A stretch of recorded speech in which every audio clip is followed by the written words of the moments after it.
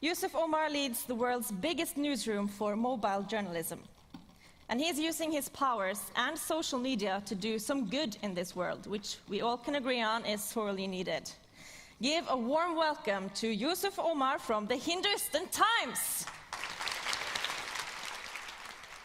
Hey, what's up, guys? We are live from SOMED 2017. Like this video, share it, let's go. I've got a couple seconds to go till I'm talking on stage. We are live on Facebook right now. I'm so excited to be here at Social Media Days 2017. A round of applause for Gunnar. He's been doing mobile journalism since 2006. He's like the dinosaur of mobile journalists, but he was there before anybody else, and it's progressed so far, and it's come to so many evolutions, and I want to talk to you guys about some of those evolutions today. I'm the mobile editor at the Hindustan Times. It's one of the oldest newspapers. It's over 100 years old. We have 27 offices across India. We have 750 reporters. And my primary job is to teach them all how to shoot, how to edit, and how to tell stories using their mobile phones. These are my social media accounts on YouTube, Facebook, Snapchat, and all of these platforms. I was recently giving a talk at News Exchange, which is a conference that takes place in Copenhagen. And this was my reaction when one of the editors of one of the oldest, most traditional news organizations in the world basically said that what I do is not journalism. He said, I don't want to watch it, I don't want to do it, but selfie journalism certainly isn't journalism. Journalism is about finding things out. And I was like, say what? Because selfie journalism for me is the democratization of media. It's every angle, it's every perspective, it's the future of news. It's given me access to be able to cover the Syrian civil war and to get me into all sorts of incredible and strange locations. And this person was telling me that this is not news, that it's not journalism. Let me first start by establishing what selfie journalism is. You guys, as you know, it's been a rough week. Firstly, you guys lost the handball. I'm really sorry about that. And it's been an even rougher week for me because, as you know, the Muslim ban is on and people from numerous countries are not allowed into the United States. It's been really quite turbulent. And especially with the Muslim ban, most of us probably watched it on television or on the newspapers. And we saw this image of Donald Trump sort of signing something and you're like, oh, what is he signing this time? For me, to be able to tell these kinds of stories, we actually want to be on the ground. We actually want to be hearing the thoughts and the sentiment of people that are reacting to it and that are impacted from it. And just yesterday and the day before, Snapchat were able to aggregate the voices, the selfies of thousands and thousands of people across the United States of America, and they produced a story that looked like this. We did it!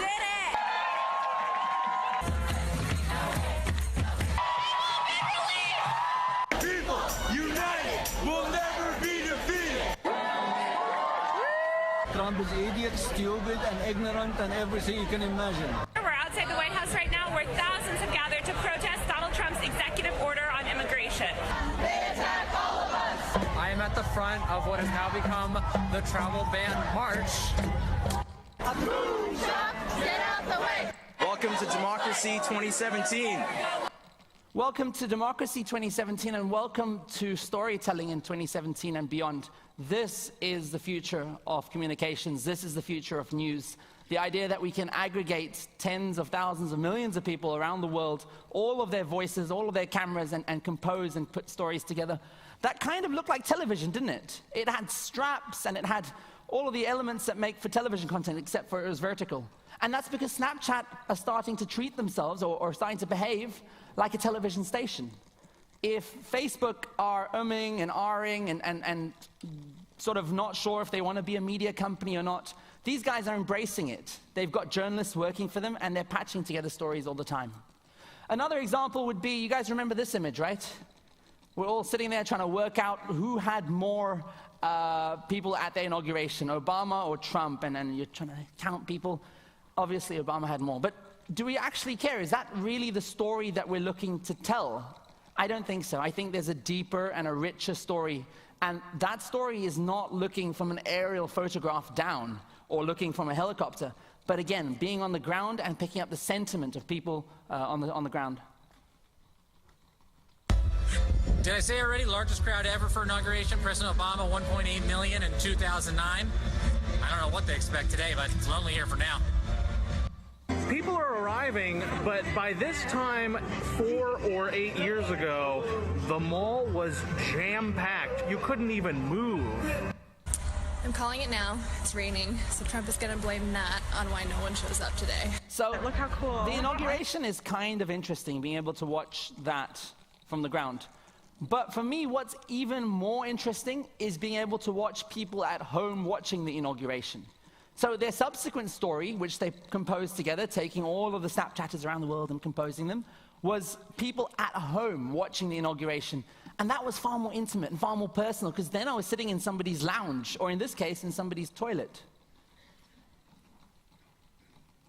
Happy Inauguration Day, everyone. Today is a day to be respectful and to celebrate the peaceful transition of power in our democracy.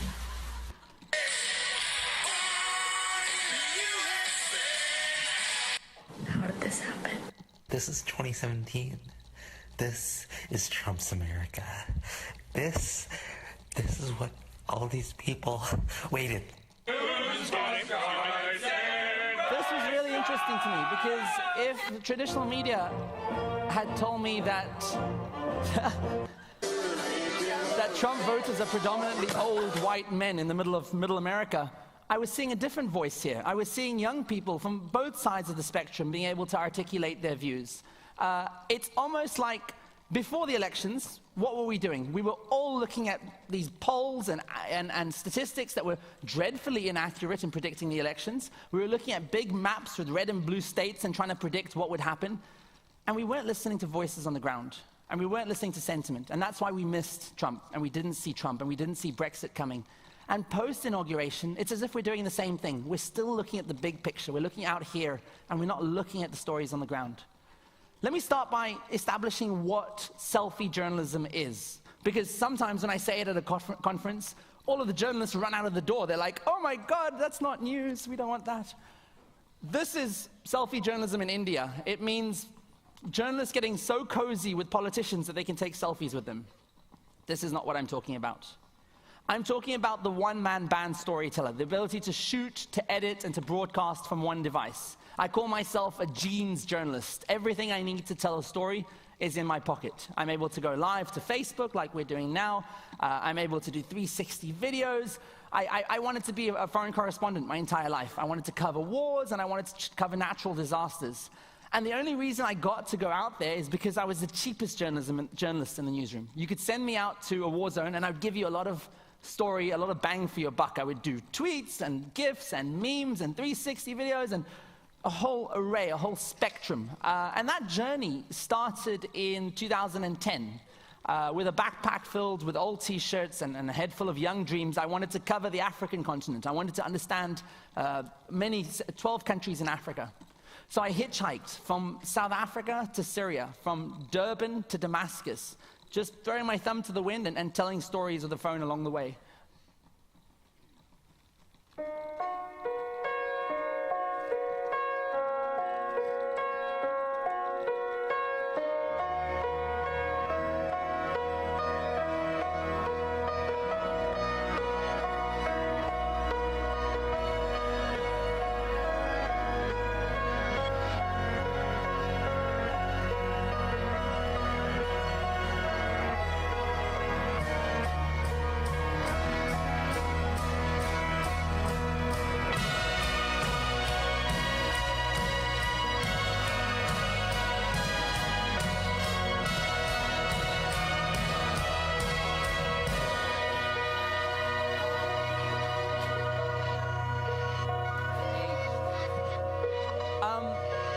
That footage was shaky, it was handheld, the audio was terrible, the lighting was dreadful. All the guys with these professional cameras here would be like, man, we would never take that on television. But the fact is, nobody cared. We were entering the YouTube generation, where people had never been more forgiving of production values. Effectively, all we wanted was a raw and honest story.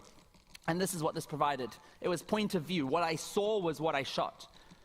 I wanted to take that style of journalism and take it to the news space. In 2012, there was an ammunitions depot that exploded in Brazzaville, Congo. They keep weapons in the middle of civil populations in case there's an uprising. And it so happened that one of these depots caught on fire. And for 3 days, it was like the biggest fireworks display you've ever seen, flattening kilometers of land. And again, this time, I strapped the phone to my head, and it became point of view. When I walked, it was what you saw.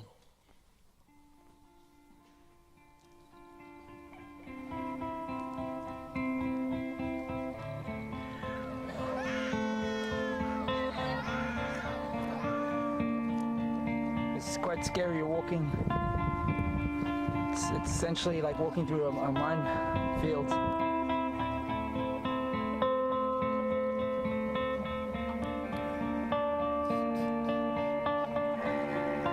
And around me is ammunition. Some of it's still alive. Most of it has exploded. And everything's just been flattened in every direction.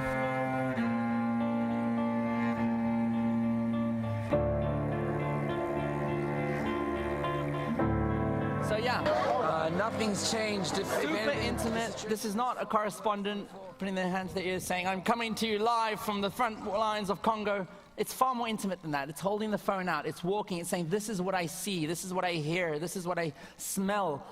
It's putting you in my eyes, in my shoes, in my steps. And it's a new form of storytelling that's emerging. And again, it ignores all of the conventional values that made for television content. But nobody cared. They just wanted a real and raw and organic story. But my problem was that it was too separate. I would put a YouTube video over here, and I would write a blog post over here, and I'd tweet over here. And I think we get the impression that audiences migrate between these different types of platforms, but they don't necessarily. Sometimes we only have one hit where we can target them with our message. So in 2014, when I had the opportunity to be smuggled into Syria with a group of rebels and surgeons that were building a hospital in Darkush, we started experimenting with the idea of putting platforms and formats together into singular elements. So the baseline of your narrative would actually be alive. And this was before Facebook Live. So over Skype, we would do a live crossing back to the office. And that was the baseline. And on top of that, I would put visuals. And on top of that, I would put my tweets. And on top of that, I would put my Facebook posts. And you end up creating a mixed content experience. Just seconds ago, we saw a child, basically a car came screaming in here, blood pouring out. There was a child who's been shot just below the heart. At the moment, we understand it was some sort of an accident. It was an 11-year-old accidentally shot dead by his father, who was cleaning his gun. I'm just getting word, an update on the child that has been shot. It's coming through now. We tried to personify this hospital. I wanted to do this my whole life, and having done it, I wouldn't want to go even 1 centimeter closer. At Hatay Airport near Antakya, crossing the border into Syria on an old tractor. Gotta move. There's a lot of men that just arrived at the hospital. The security situation is definitely deteriorating. This is by far the most scary part of the trip thus far. We're hearing loud explosions now, not far away from where we're staying. There's definitely an eerie feeling in my stomach that things are taking a turn for the worse. And things did take a turn significantly for the worse. The next day, we were evacuated out of Syria through Turkey. The point is, I was doing links in bed. I was in bed and telling you what it's like to hear mortars fall outside. I was doing links and telling you what you eat when you're in a war zone. All of these in-betweener stories that would never make your 7 or 8 o'clock news bulletin, but are actually just as important as the story themselves, the details. It's what helps us, who have never experienced being in a war zone, to relate to people who are there. Those intimate details that are not being told in traditional mainstream media. The thing is, I can't go to Syria anymore, and neither can most of the correspondents and journalists from around the world. If you look at Aleppo today, there's no mainstream media that are there. This is Nihad on the left in the blue. Nihad evacuated his house. He took his family and sent them to Turkey so we would be safe and we could stay in his house.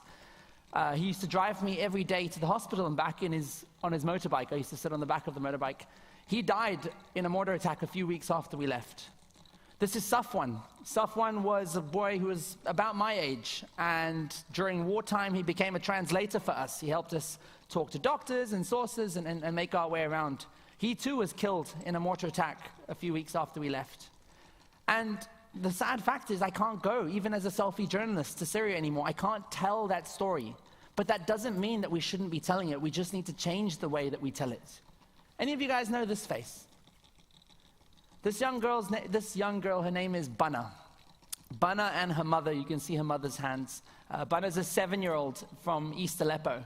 And for the last few months, she's been live streaming from East Aleppo, using solar panels on the rooftop of their apartment to charge her phone, giving us the details of what it's like to live in a city under bombardment. This is one of the only voices that's coming out of that region right now. And yes, it's opinionated. And yes, it's not neutral. It's definitely a biased angle. But that doesn't mean that this voice is no less relevant or no less important. We just have to listen to it and contextualize it within who she is and what she may be representing. And here's some of the footage that Bana has been sending out of Aleppo over the last few weeks. 8, 9, I want to leave. Now it's okay. No bombing.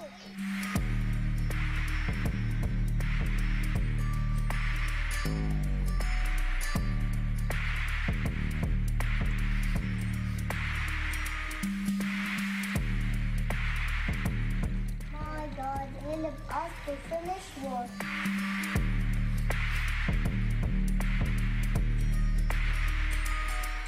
So, in this age of fake news, selfie journalism is being weaponized to discredit this form of journalism. It's basically, how can we trust it? How do we know she is who she says she is? How do we know where she is? And it seems like traditional media are now positioning themselves as the sole arbiters of truth, as the only ones that can say this is news and this is not. When in fact, I believe, using technology, we can help verify voices like Bana. But I totally understand how dangerous fake news can be. In fact, just a couple weeks ago, using Snapchat, I put my face on the cover of Time magazine. Back in Delhi, and look who just won Time Person of the Year. And two things. You'd be amazed how many of my friends congratulated me in the comments section. Congratulations, Yusuf, on winning Time Person of the Year. Which tells me two things. Firstly, my friends are very gullible. And the fake news epidemic is real. Fake news and false information can rapidly spread on social media and on the internet. So we need to verify all of these selfie journalists and their stories that are coming out of these regions. And we can use technology to do that. If we take the case of Bana, when she's live streaming from that region, it's easy to use Google satellites to verify that the rubble behind her house on a particular date is in fact rubble from that part of that community. We can accurately ascertain that she really is a 7-year-old, regularly live streaming from the same part of East Aleppo with the help of her mother. So we have to use technology to verify these voices. We can't simply discredit them as not being of any merit at all.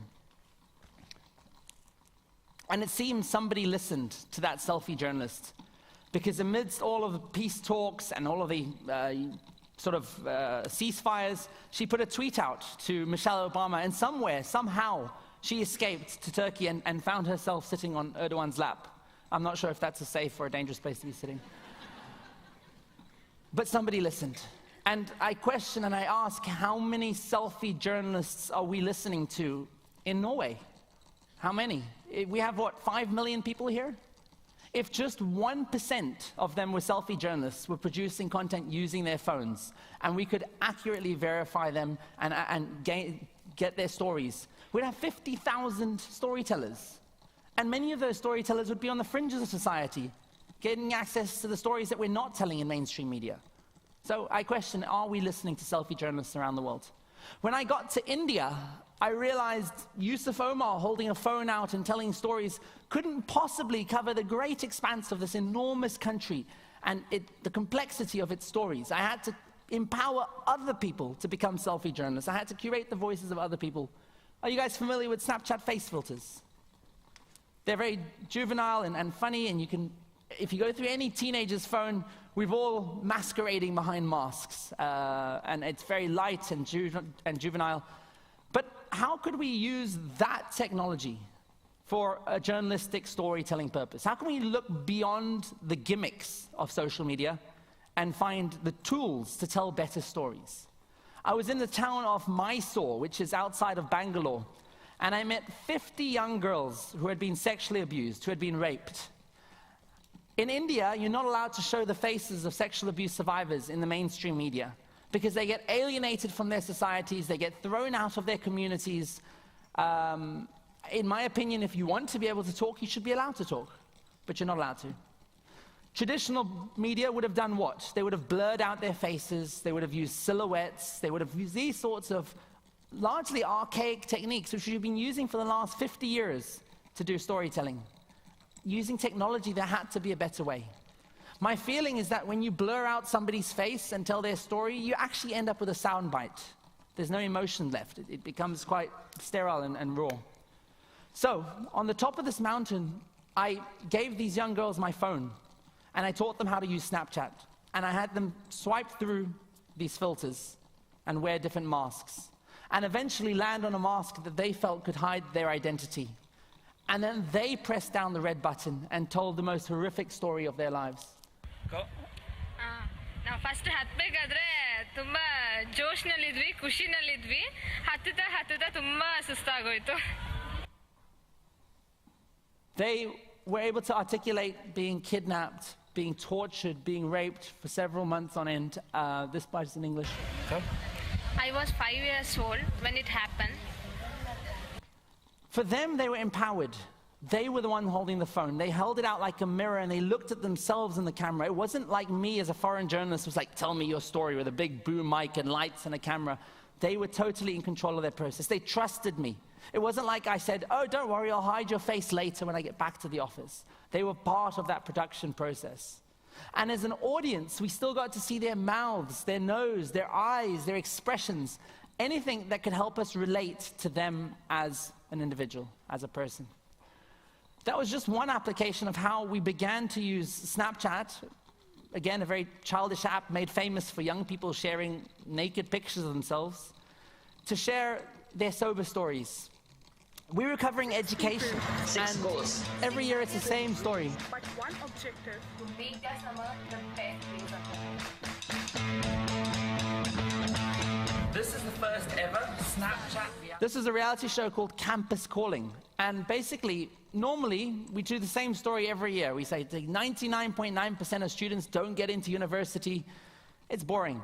So what we did was we trained 6 students how to Snapchat. And we had them Snapchat the most stressful 6 weeks of their lives trying to get into university. And we ended up getting these intimate details about their sex lives and about their family politics and about trying to get a residence and all these stories that they wouldn't generally tell you, but seeing as they were in their homes with their selfies, they felt far more comfortable. And then my job was quite simply to aggregate all of these voices, to stitch them together.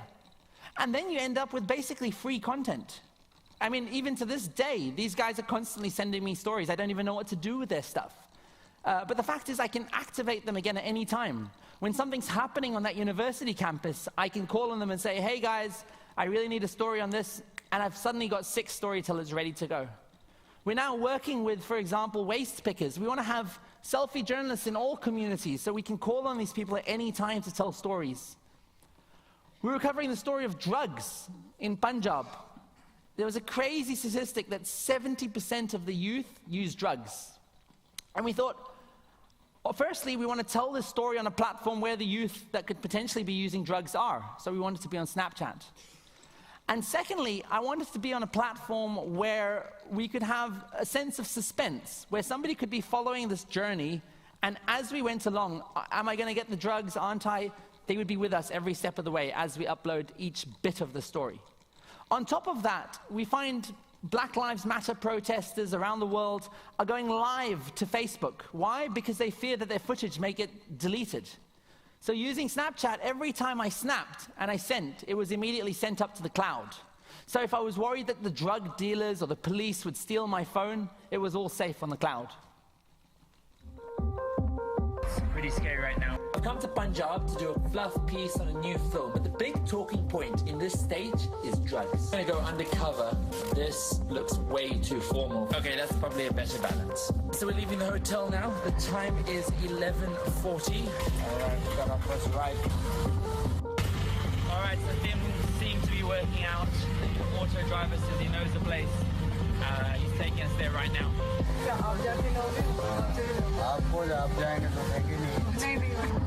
It's pretty scary right now. We are So sometimes back street in an area. Sometimes it looks like I work for Snapchat. I don't work for Snapchat at all.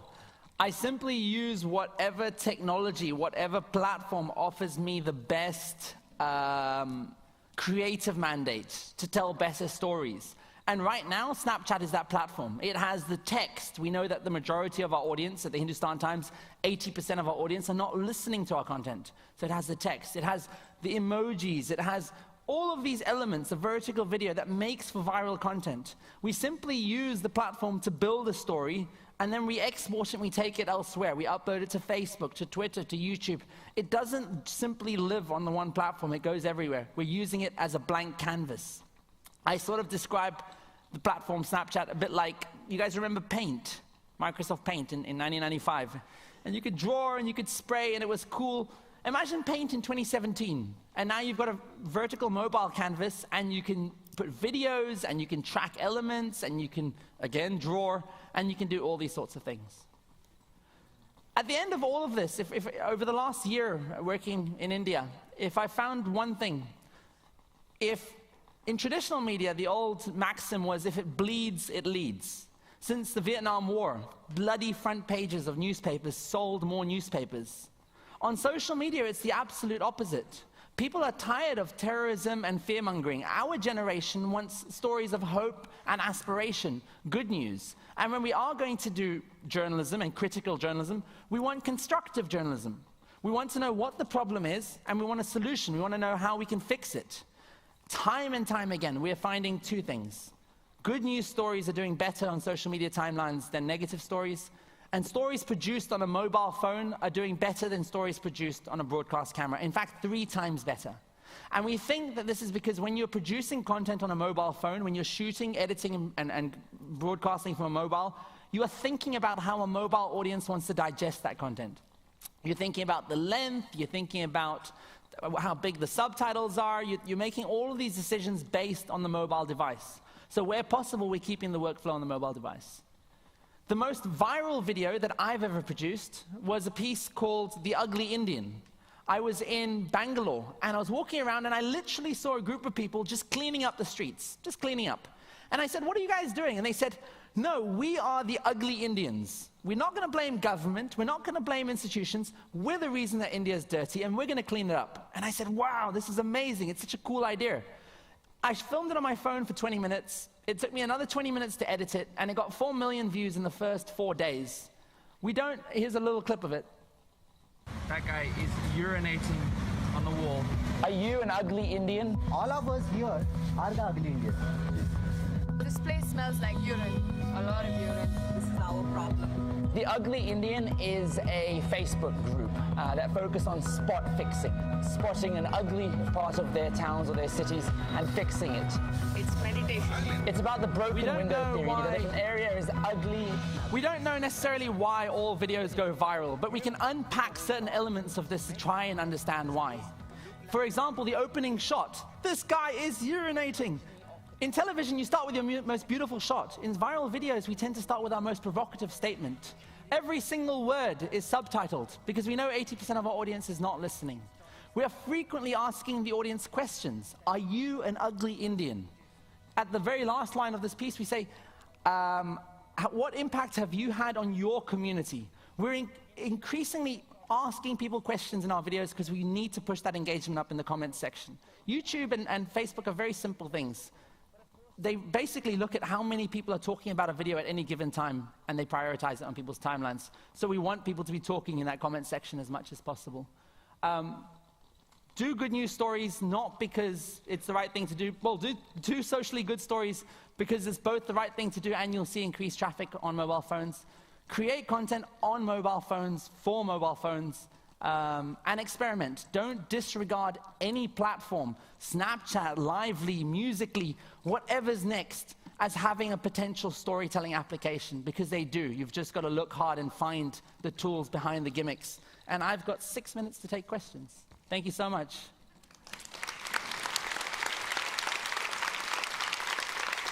Thank you.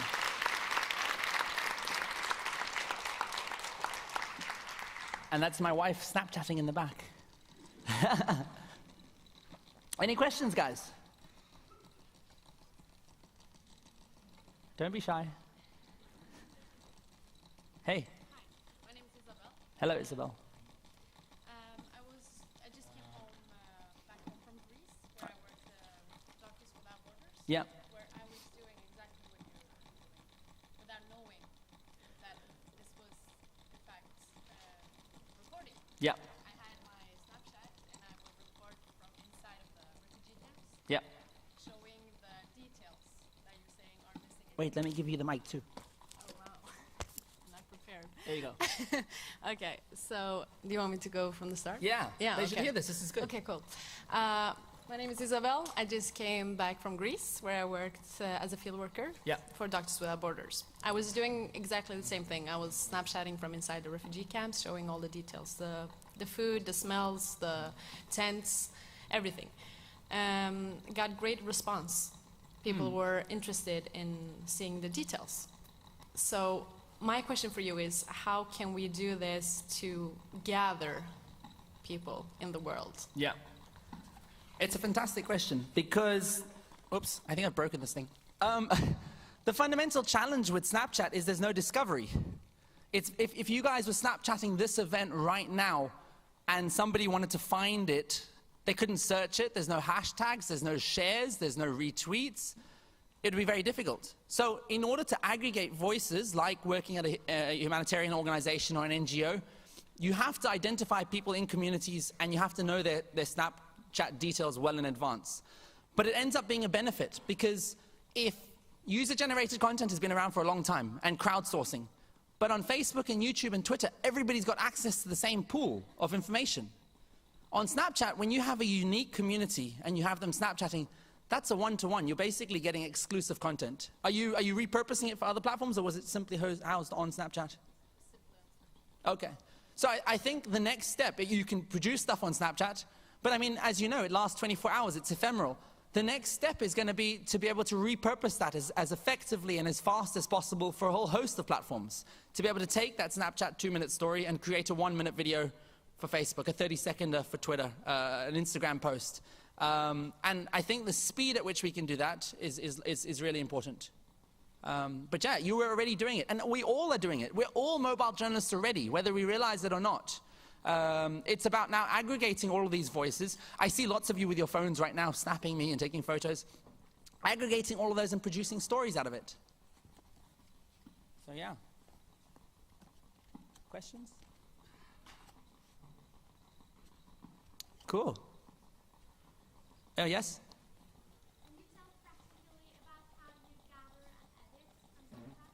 Okay. There's two ways fundamentally that you can do it. You can, if you've got a pool of reporters or storytellers, you can firstly have them saving to memories and to this camera roll, and then they could send it to you over WhatsApp or Dropbox or whatever CMS that you already have. But what I prefer to do is, and Samaya, if you go to my stories, is to be watching people's stories in real time as they're playing out. So these are some of my reporters. Being able to give them feedback in real time, being able to go to the messenger on the far right and say, hey, I was watching your story, you didn't quite get the right interview, can you get this shot? So it's a great training device instead of having to wait for them to come back to the office. And then being able to screen capture. So if you plug your phone into a MacBook, for example, and you open up QuickTime, you can record your screen.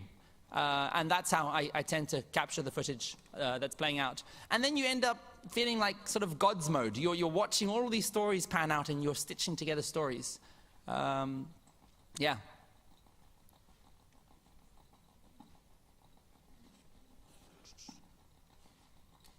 Anybody else? Hey. I was wondering, you said something about that people feel more comfortable talking in front of a phone. Yeah. How do you think that affects the ethical point of view? Like, people kind of share too much, or maybe they're not aware of the consequences of sharing content? So I think you take the same editorial policies, whether you're on a phone as to whether you're on a broadcast camera or a DSLR, and you're fully transparent about where your footage is being published. And this can be tricky, especially if you're on a Facebook Live, for example. We're doing a workshop at 1 o'clock, and we'll be talking about Facebook Lives and things. But it's about announcing yourself. Hey, we're on Facebook Live. I'm on whichever account, and you're live right now. I think your editorial policies remain the same, depending on what device you're shooting on. And yes, you're right. People probably are more candid when they're talking on a phone. And that's because they're so comfortable and used to devices being in their immediate surroundings. For me, it just allows for more honest journalism, more transparent, more truth. So I don't see it as a negative thing. And I think when we get to the stage, so for me, curation being the new form of creation, the idea that we're curating lots of cameras, for me that only means more perspectives, more angles, and hopefully more truths on the same story. If we look at, and I'll show it in my workshop, if we look at Snapchat's coverage of the battle for Mosul, Iraq's second biggest city, they were able to aggregate from doctors and teachers and nurses and create really, really intimate, holistic coverage. So by virtue of having that mobile phone and by being so understated, they ended up showing me more perspectives of a war than I've ever seen before. And I think that's a good thing. This is some of their coverage from that war zone. Any other questions?